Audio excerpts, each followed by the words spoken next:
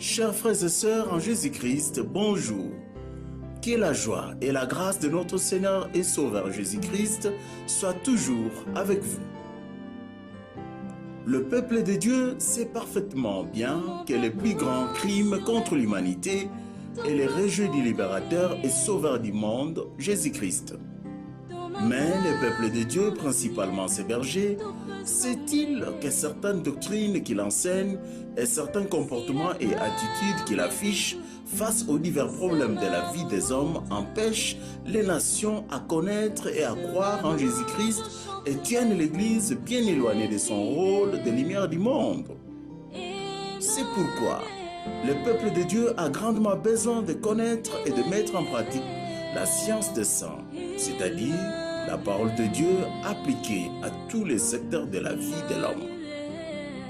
Nous croyons que les émissions qui suivent aideront grandement le peuple de Dieu à changer son comportement. Nous lui demandons donc de bien les écouter attentivement et intégralement. Que Dieu vous bénisse. Dans ma marche pour le ciel, tout peut sembler. Si la peur met des doutes. Bien-aimés dans le Seigneur Jésus-Christ, Shalom.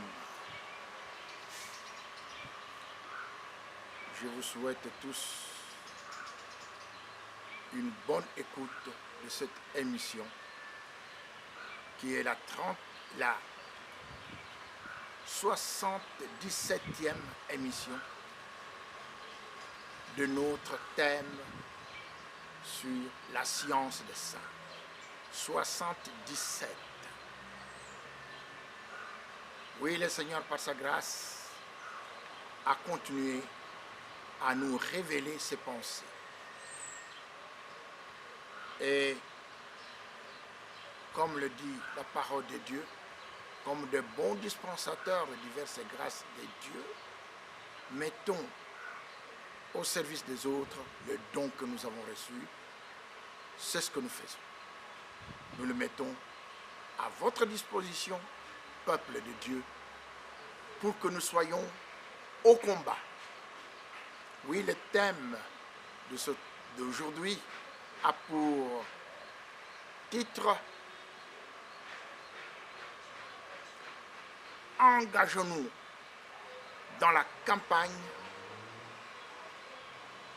pour obtenir et posséder le royaume de Dieu. » Nous devons obtenir et posséder le royaume de Dieu.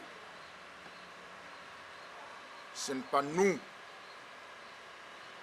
qui le disons, mais c'est Dieu lui-même dans sa parole.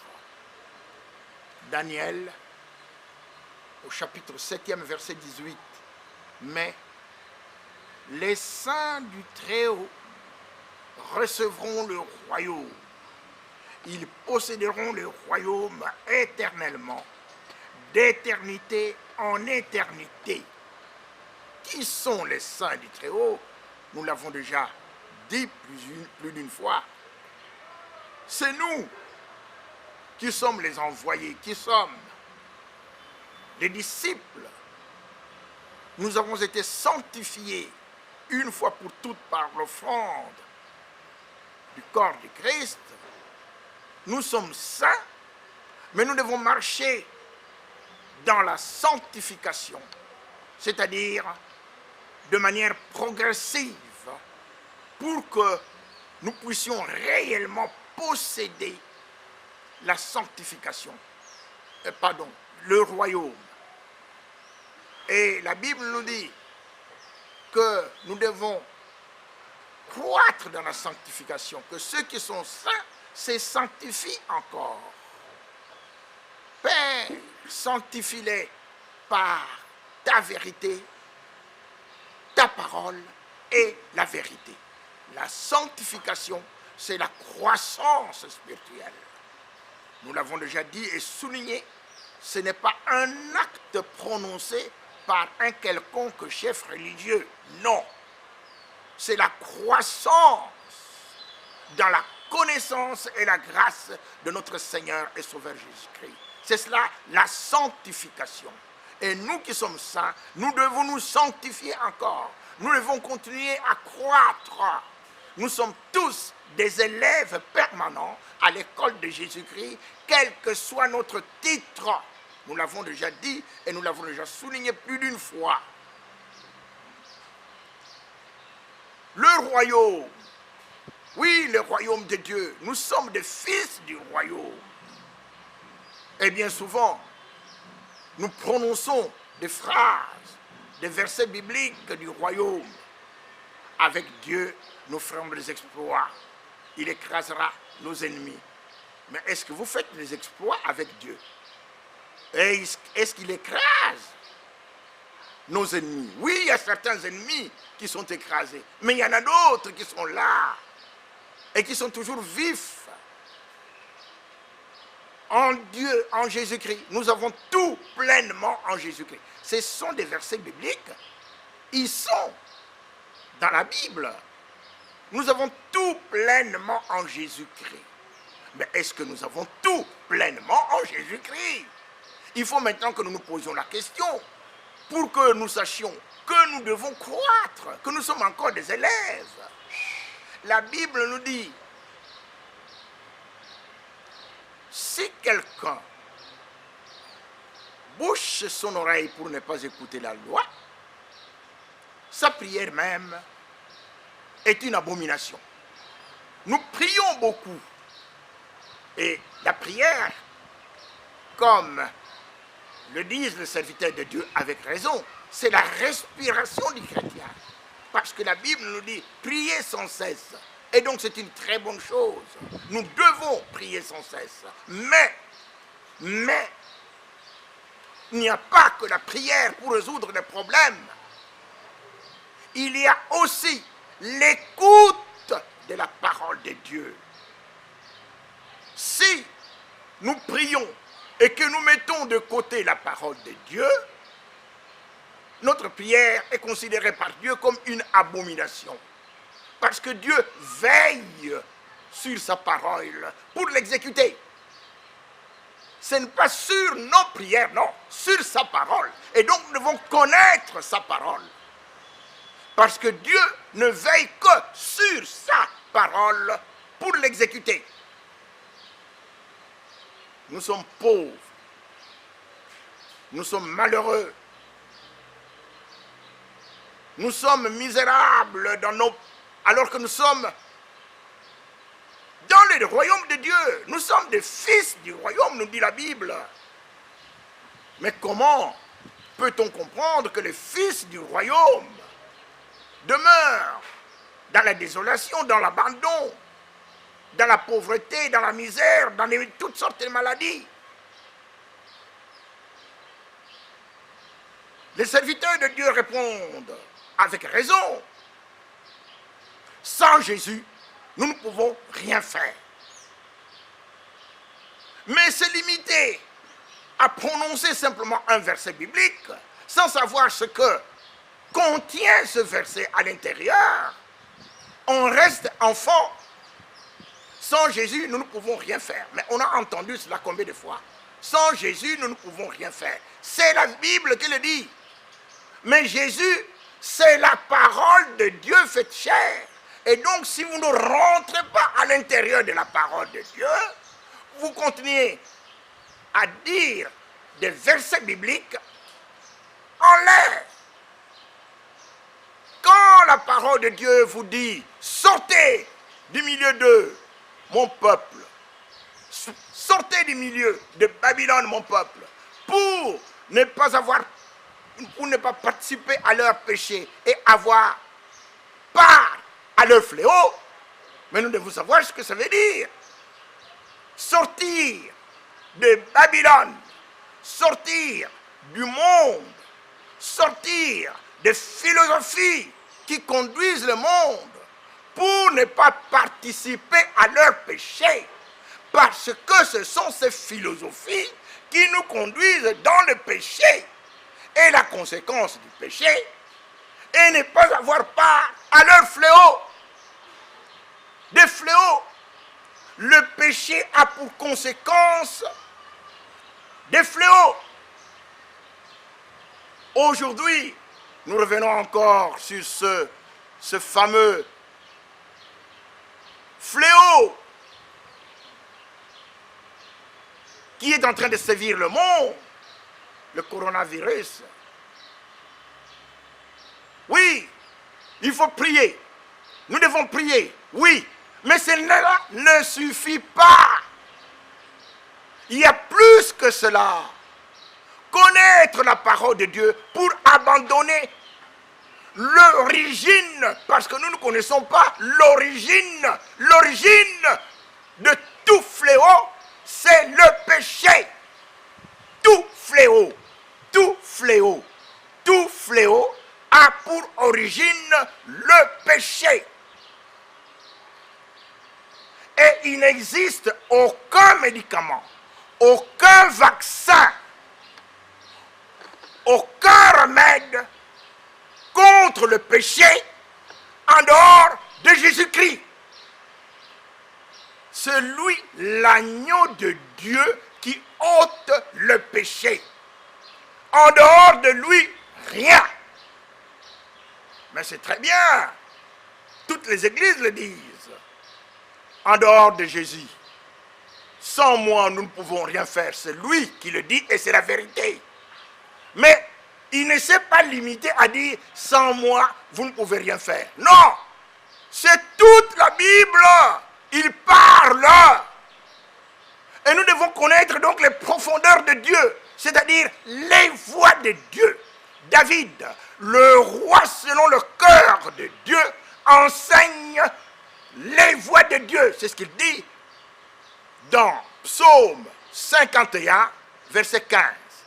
J'enseignerai tes voies à ceux qui les transgressent et les pécheurs reviendront à toi. Est-ce que nous connaissons les voies de Dieu? Est-ce que nous connaissons les voies de Dieu sur le plan économique? Est-ce que nous connaissons les voies de Dieu sur le plan politique? Est-ce que nous connaissons les voies de Dieu en ce qui concerne la guérison? Ah oui, nous avons besoin de guérison, de guérir. Il y a des médecins, ils soignent. C'est très bien, ils ont fait des études, ils ont fait tout cela. Ok. Mais, quand il y a une maladie qui ne se guérit pas, est-ce que nous connaissons les voies de Dieu? Est-ce que nous connaissons pourquoi ce fléau vient? Parce qu'il y a péché. À quel péché? Ah! Les enfants de Dieu que nous sommes, nous tournons en rond. Oui, mais quel est ce péché? Qui a fait? Qui a commis ce péché? Mais écoutez ce que la parole de Dieu nous dit. Non! Ma main n'est pas trop courte pour sauver, ni mes oreilles trop dures pour entendre, parce que nous prions beaucoup. Mais ce sont vos transgressions, ce sont vos péchés qui m'empêchent de vous entendre et qui mettent un barrage entre vous et moi. Voilà ce que Dieu nous répond. Nous prions beaucoup, mais nous sommes toujours dans le péché. Mais est-ce que nous savons que nous sommes dans le péché? Bien souvent, non. Par ignorance, mon peuple périt, faute de connaissance. Ignorance. Et cela à tous les niveaux. Tous, sans aucune exception. Le péché. Nous voulons entrer, demeurer dans le royaume de Dieu et posséder ce royaume. Pourquoi le Seigneur parle-t-il de posséder le royaume? Nous sommes des fils du royaume, mais nous ne le possédons pas, ce royaume de Dieu. Nous ne le possédons pas. Pourquoi? À cause du péché. Mais quel est ce péché? Le péché, c'est l'abandon de Dieu. Le péché, c'est le rejet de Jésus-Christ. Voilà le péché.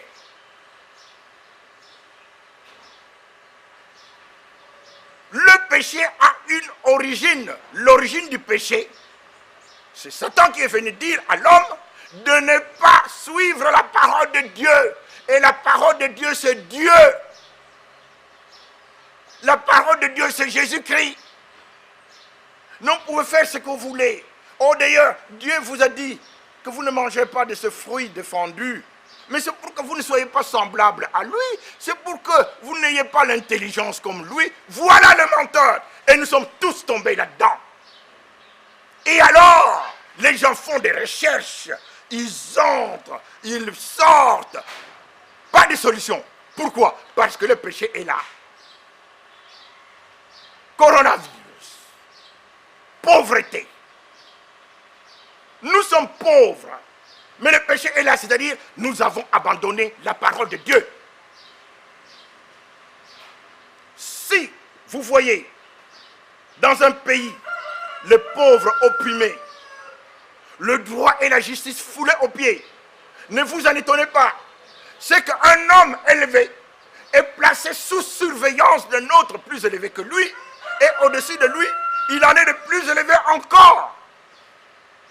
Vous cherchez des solutions à la pauvreté, mais vous rejetez la parole de Dieu.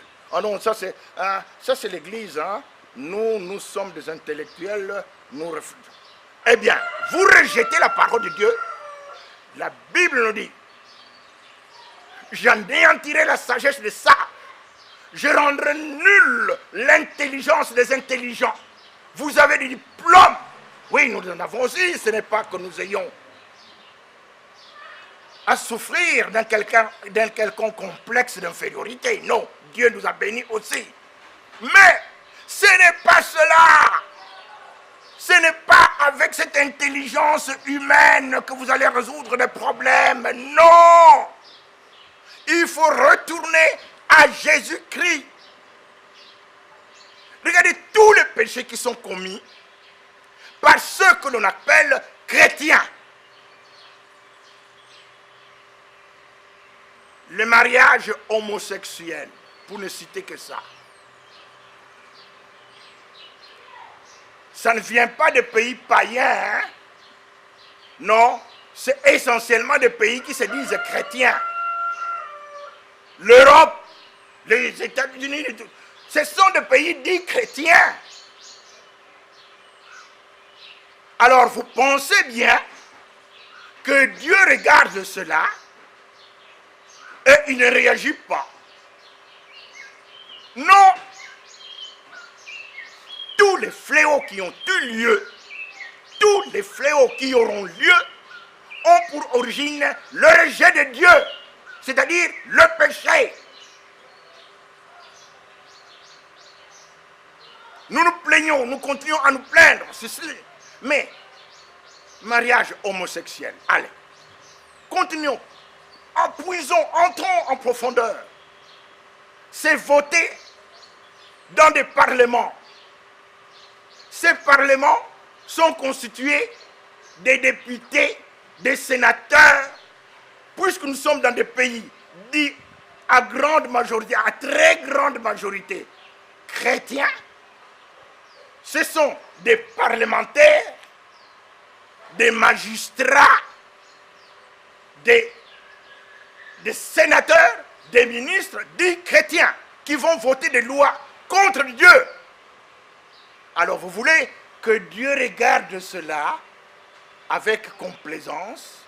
Non. Il nous avertit. Les fléaux que Dieu envoie, c'est pour aviser son peuple. Alors, ces sénateurs, ces députés, tous ces ministres, ils sont arrivés au pouvoir comment? Démocratiquement. Oh! C'est par la démocratie, c'est-à-dire le rejet de Dieu. Maintenant, chaque fois que vous entendez parler de démocratie, écoutez bien, peuple de Dieu, chaque fois que l'on prononce le mot démocratie, ça signifie rejet de Jésus-Christ. Demos Kratos. Le pouvoir est donné à l'homme. Demos signifie peuple, population. Kratos, c'est le gouvernement, c'est le pouvoir. Mais Jésus-Christ nous dit, tout pouvoir m'a été donné dans le ciel et sur la terre. Alors vous cherchez à résoudre vos problèmes démocratiquement. Non, la démocratie doit être rejetée. Parce que c'est le rejet de Jésus-Christ qui a reçu tous les pouvoirs dans le ciel et sur la terre. Et la Bible nous dit, l'Éternel est mon juge. L'Éternel est mon législateur. L'Éternel est mon roi. Ésaïe 33, 22. Oui. L'Éternel est mon juge. Pouvoir judiciaire. L'Éternel est mon législateur. Pouvoir législatif. L'Éternel est mon roi. Pouvoir exécutif. Tous ces pouvoirs ont été donnés à Jésus-Christ. Le pouvoir, c'est Dieu qui le donne. Et à la résurrection du Christ, le Père lui a donné tous ses pouvoirs. Et maintenant, vous allez commencer à chercher les voies et moyens de lire les députés, de lire les sénateurs, de lire le gouvernement. Et vous croyez que Dieu ne voit pas ça? Péché. Si vous voulez, si nous voulons posséder, parce que c'est Dieu qui nous le dit, nous, les saints du Très-Haut, nous allons posséder éternellement, d'éternité en éternité. C'est ce qui est écrit. Oh, je ne vois plus, je ne peux pas lire, mais vous pouvez vérifier. Par la grâce que Dieu me donne, je retiens un certain nombre de versets. Daniel chapitre 7, verset 18. Les saints du Très-Haut recevront le royaume. Mais il faut connaître que c'est dans ce royaume-là que se trouve tout le bonheur. Tous les biens se trouvent dans ce royaume-là. Mais lorsque ceux qui sont dans ce royaume croient pouvoir trouver le bonheur en fouillant la terre. Écoutez, hein, nous sommes tous des enfants de Dieu. Nous croyons en Jésus-Christ. Et nous croyons que le Seigneur viendra un jour reprendre son Église. Parce que c'est dit. L'enlèvement de l'Église, c'est biblique. Mais écoutez bien.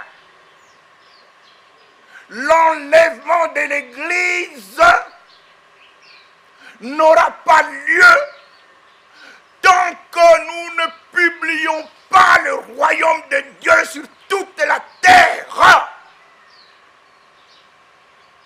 Cette bonne nouvelle du royaume sera prêchée dans le monde entier pour servir de témoignage à toutes les nations. Alors viendra la fin.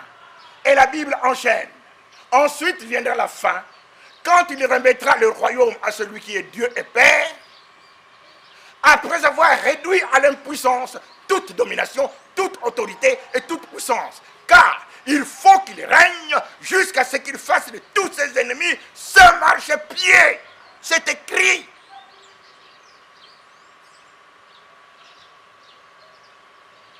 Le règne de Jésus-Christ doit avoir lieu ici sur la terre maintenant.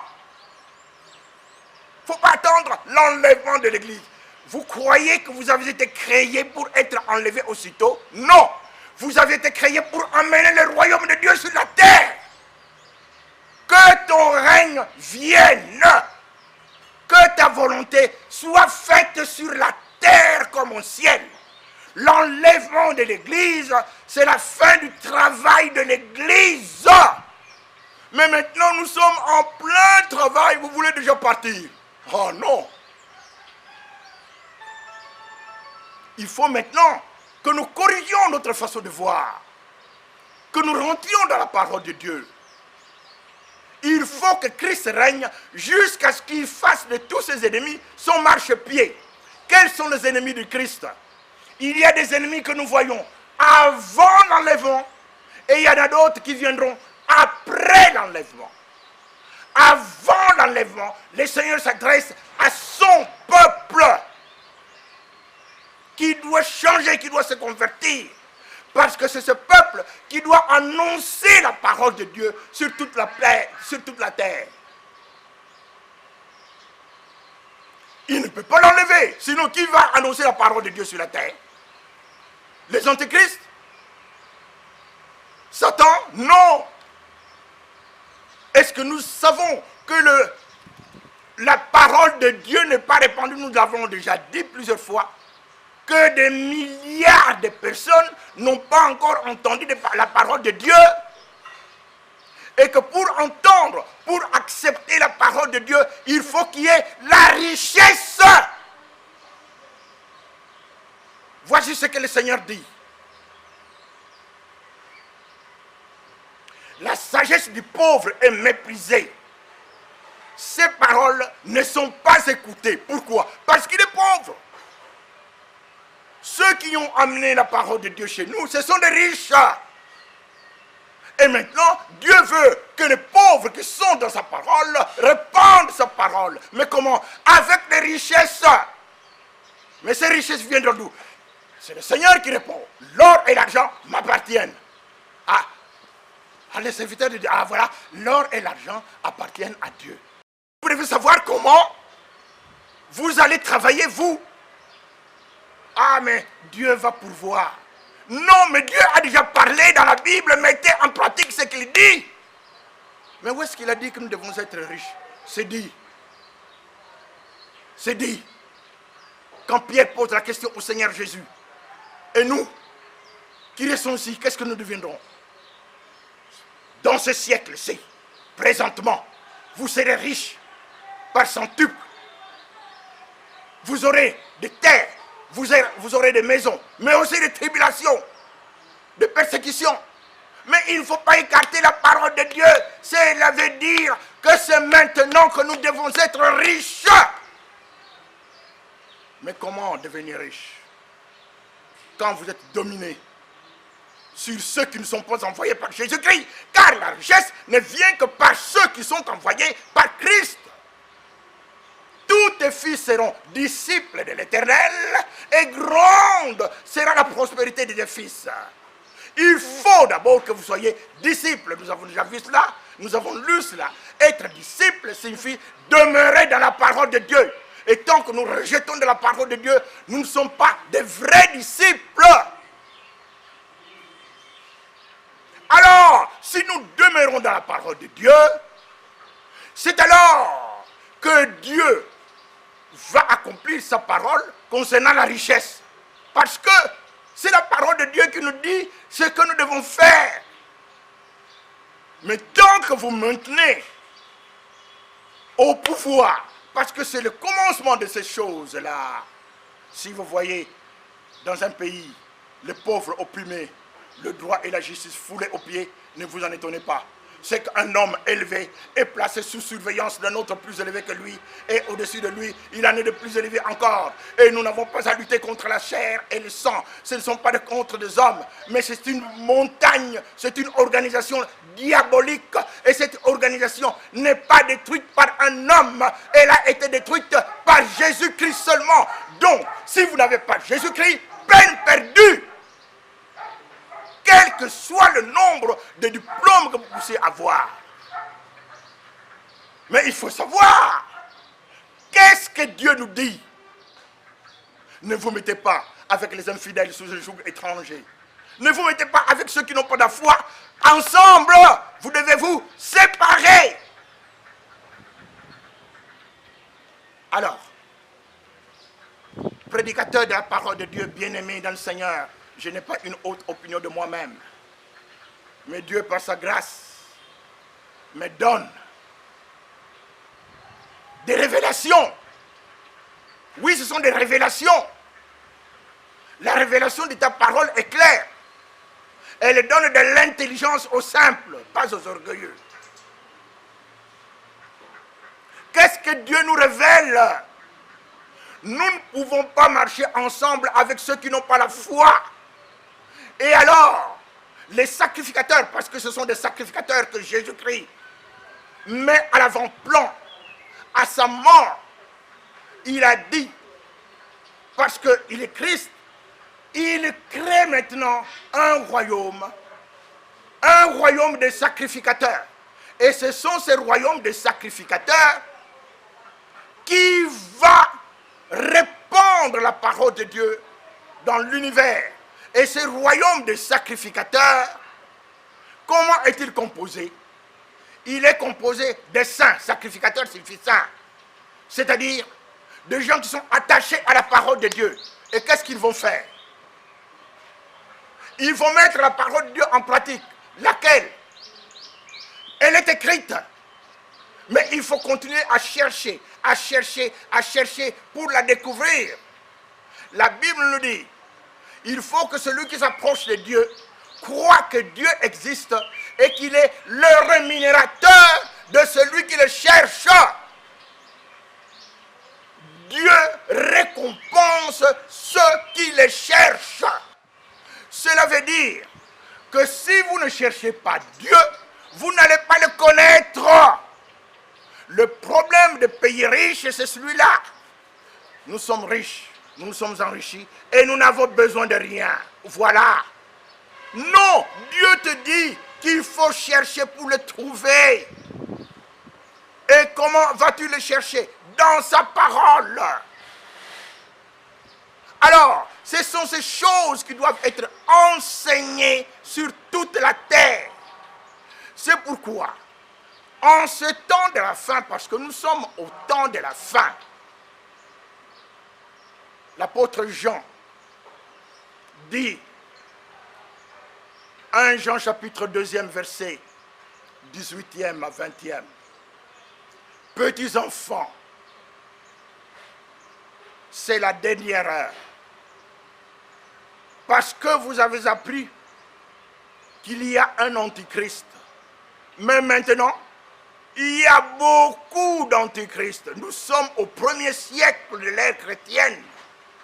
Il y avait déjà beaucoup d'antichrists. Et l'apôtre précise, ils sont sortis de nous, mais ils n'étaient pas de nôtres. Ah, ils sont sortis de ceux qu'on appelle chrétiens, mais ils ne sont pas chrétiens. Ce sont des antéchrists.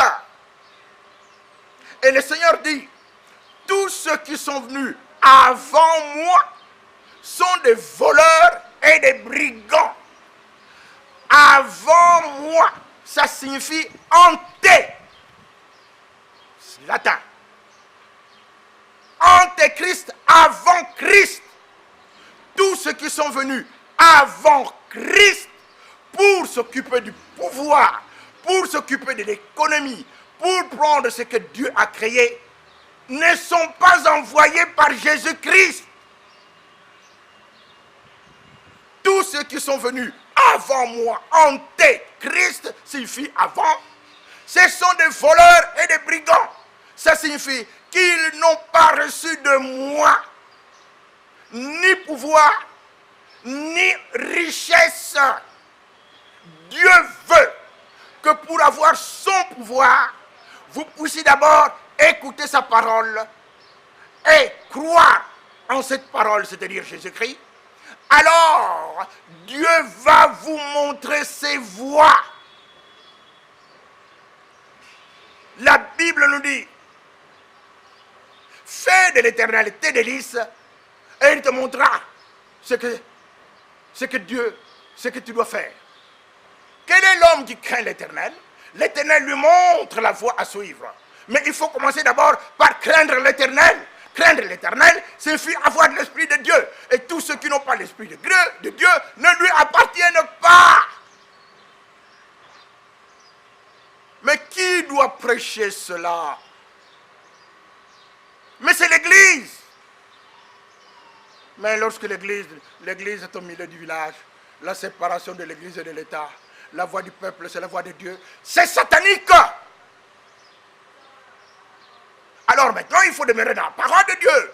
Et c'est pourquoi nous sommes à la fin du monde maintenant. Vous savez, quand l'apôtre Jean disait, c'est la dernière heure, parce qu'il y avait déjà des antichrists. Eh bien maintenant, nous sommes dans les dernières minutes. Quand il a dit, c'est la dernière heure, c'était au début. Il a vécu peut-être pendant 90 ans, ou même moins, mais c'était le premier siècle. Maintenant, nous sommes au 21e siècle. La dernière heure a avancé. Nous sommes dans des minutes. Alors, que dit la parole de Dieu? C'est maintenant la moisson pour séparer l'ivraie du bon grain. Matthieu chapitre 13, verset 36 à 43. Dieu envoie ses anges pour opérer le changement, la séparation entre l'ivraie et la bonne semence. Parce que nous sommes mélangés dans le royaume de Dieu. Satan est venu mélanger. Il a mis l'ivraie et la bonne semence ensemble. Maintenant, Dieu envoie ses anges. Qui sont ces anges? Nous en avons parlé. Pour ceux qui n'ont pas encore écouté la parole de Dieu, je les invite, les sciences des saints, je les invite à écouter les 77 émissions sur la science des saints. C'est une grâce que Dieu nous a donnée. 77, oui, mais ce n'est pas tout. Dieu continue à nous inspirer. Il faut que nous nous séparions. Et la Bible nous dit, dans ce Matthieu chapitre 13, verset 38 à la fin à 43, ce sont des anges qu'il envoie pour faire la séparation entre l'ivraie et la bonne semence. Qui sont ces anges? C'est nous. Dans l'Apocalypse, on vous dit, écrit à l'ange un tel, écrit à l'ange un tel, écrit à l'ange un tel, écrit à... Ce ne sont pas des anges avec des ailes. Ce sont des hommes, ce sont des pasteurs. Ce sont des envoyés de Dieu. C'est nous, nous sommes les anges. Parce que nous sommes dans le royaume de Dieu. Les anges peuvent avoir une nature humaine. C'est la Bible qui nous le dit. Qu'il y a des gens qui ont reçu des anges sans le savoir. Oui. Nous avons la nature humaine, mais ce que nous disons vient de Dieu. Et donc, anges, nous sommes vers la fin du monde. Nous devons bien faire attention. Parce que c'est la moisson. Nous avons connu ces situations où l'ivraie et la bonne semence étaient mélangées. Et le Seigneur a dit, tant qu'ils sont encore petits, ne les mélangez pas parce que vous risquez de déraciner et l'ivraie et la bonne semence ensemble. Alors attendez qu'ils grandissent, qu'ils soient d'abord devenus adultes. Attendez jusqu'à la moisson. C'est maintenant la moisson. C'est maintenant la moisson. C'est maintenant la moisson. Alors, nous devons comprendre que la Bible nous dit ceci, qu'il faut séparer l'ivraie et la bonne semence. Qu'est-ce qu'ils vont le faire? Ce sont les moissonneurs. Qui sont les moissonneurs? Ce sont des envoyés de Dieu qui vont faire cette séparation entre l'ivraie et la bonne semence. Comment? Par la parole de Dieu. Et ces moissonneurs, tout comme les pasteurs, les prêtres, tous qui enseignent la parole de Dieu, il faut écouter ce que dit la parole de Dieu. Jean, chapitre 4e, verset 36e à 37. Le moissonneur reçoit un salaire et il amasse des fruits pour l'éternité. afin que celui qui sème et celui qui moissonne ait la même joie. Et celui qui sème et celui qui moissonne, ils vont se réjouir en même temps. Ils doivent se réjouir en même temps. Il faut maintenant que le moissonneur soit dans la moisson parce que la moisson est déjà blanche. Il faut maintenant prêcher la vérité de Jésus-Christ dans tous les secteurs de la vie. Et ces moissonneurs reçoivent un salaire, c'est Dieu qui le dit. Ils doivent recevoir un salaire, mais qui va leur donner ce salaire-là? Église, écoutez, et les moissonneurs et les semeurs doivent se réjouir au même moment. C'est écrit. Donc il ne faut pas aller chercher des formules ailleurs. Il y a des gens qui vont parler de la part de Jésus-Christ, qui vont moissonner, qui vont parler de la science, de la profondeur de la parole de Dieu, parce que la science des saints, vous ne pouvez la connaître que si vous êtes rempli, vous êtes envoyé par Dieu et qu'il vous remplisse de l'Esprit Saint. Alors, ce sont ceux-là qui vont prêcher la moisson avant que le Seigneur vienne. Cette bonne nouvelle du royaume sera prêchée dans le monde entier pour servir de témoignage à toutes les nations.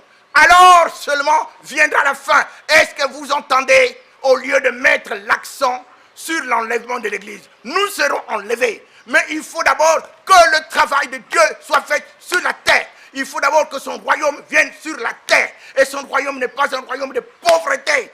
C'est un royaume de richesse parce qu'il l'a dit.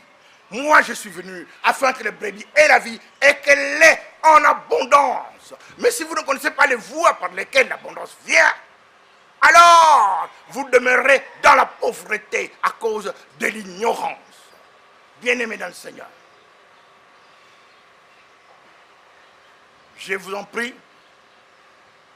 écoutez l'ensemble de ces 77 émissions sur la science des saints.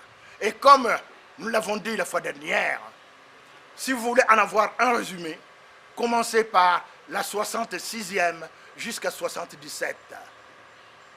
Alors vous avez un résumé.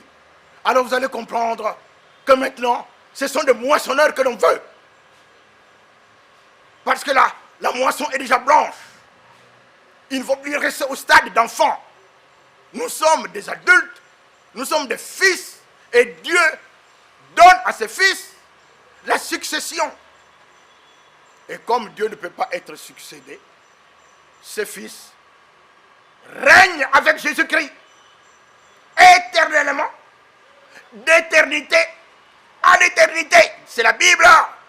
Mais il faut maintenant que ses fils, que tous les prédicateurs apostles sachent qu'il n'y a pas d'un côté pour Dieu la fonction politique, parce que la fonction politique est assumée, doit être assumée par Jésus-Christ, par sa parole, et de l'autre, l'Église. Non!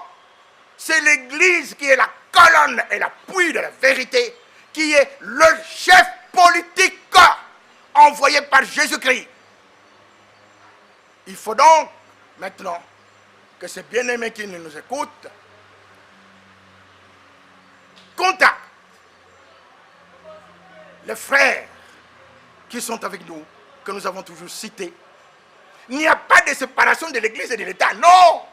C'est l'Église qui conduit l'État parce que l'Église c'est la colonne et l'appui de la vérité. Et si l'État n'est pas conduit par l'Église, c'est les ténèbres. Cessez d'être des missionnaires.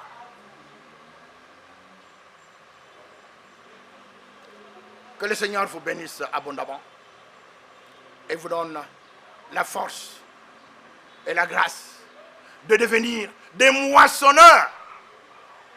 Être moissonneur, la Bible nous dit que les semeurs et les moissonneurs en ceci est vrai ce que disent les gens, l'un sème, l'autre moissonne. Ceux qui moissonnent maintenant, ils sont sur le travail de ceux qui ont sémé avant. Vous entendez? L'un sème, l'autre moissonne. Ils moissonnent maintenant ce que les autres ont sémé avant. Sans le nom de Jésus-Christ, il n'aurait pas d'église, il n'aurait rien. Et ce sont d'autres qui ont proclamé cela. Et donc, il n'y a pas de division, il n'y a pas de querelle, il n'y a pas de combat entre chrétiens. Mais que tous, nous reconnaissions que nous sommes des élèves permanents à l'école de Jésus-Christ. Comme nous l'avons dit, et comme la Bible le dit, les moissonneurs ont un salaire. Ils doivent recevoir ça. Mais qui doit donner ce salaire? Ce n'est certainement pas les antichrists. Ce n'est certainement pas ceux qui ne veulent pas de Jésus-Christ. Le salaire doit venir de l'Église, c'est-à-dire des moissonneurs maintenant qui ont travaillé sur le travail des autres. Parce que nous sommes tous des moissonneurs, mais il y a des gens qui ont été des sémeurs avant. Nous devons maintenant le reconnaître. Et lorsque nous moissonnons, c'est pour la gloire de Dieu, pour répandre le nom de Jésus-Christ sur toute la terre. Car personne ne va accepter un Jésus pauvre. Mais il faut que nous soyons riches pour que le nom de Jésus passe aisément. Alors, le monde tout entier va comprendre que c'est par Jésus et uniquement par Jésus que la joie, que la richesse, que la santé, oui, vient. Parce que le Seigneur l'a dit. Si mon peuple sur qui mon nom est invoqué, prie, s'humilie et cherche ma face. Et s'il abandonne ces mauvaises voies, abandonner la politique du monde et tout cela, abandonner toutes ces voies. Et qu'est-ce que le Seigneur va faire? Je l'exaucerai des cieux, je lui pardonnerai son péché et je guérirai son pays. De Chroniques 7,14. Avant que cette maladie vienne, dont nous avons parlé, nous croyons que la guérison ne concerne que l'aspect politique, l'aspect économique et l'aspect social. Maintenant, nous comprenons qu'il s'agit de la guérison sur le plan total, sur le plan sanitaire. Mais donc, nous devons marcher par la foi. Parce que le péché ne peut pas être enlevé par un quelconque vaccin, par un quelconque médicament. Uniquement Jésus-Christ. Que le Seigneur vous bénisse. Alors, comme nous l'avons toujours dit, nous sommes un ministère, mais maintenant nous comprenons ce ministère. C'est un ministère de moissonneurs. Moissonneurs. Nous devons moissonner. Un ministère de moissonneurs. Le réveil chrétien, nous moissonnons. Moissonner. Mais nous sommes sur le travail des autres. Et donc, et les semeurs et les moissonneurs doivent se réjouir ensemble. C'est biblique. Alors, pour ces émissions, nous le répétons, contactez les frères qui sont avec nous. Nous passons sur l'internet, sur la YouTube, sur la page YouTube, la science des saints par le frère Sébastien Kindidi. Mais si nous entrons en contact, si nous connaissons bien toutes ces émissions, nous allons apprendre qu'il y a sur place à Kinshasa des frères. Nous citons seulement 3, mais nous sommes un groupe. Et maintenant, Dieu nous demande que ça s'élargisse à tous les moissonneurs.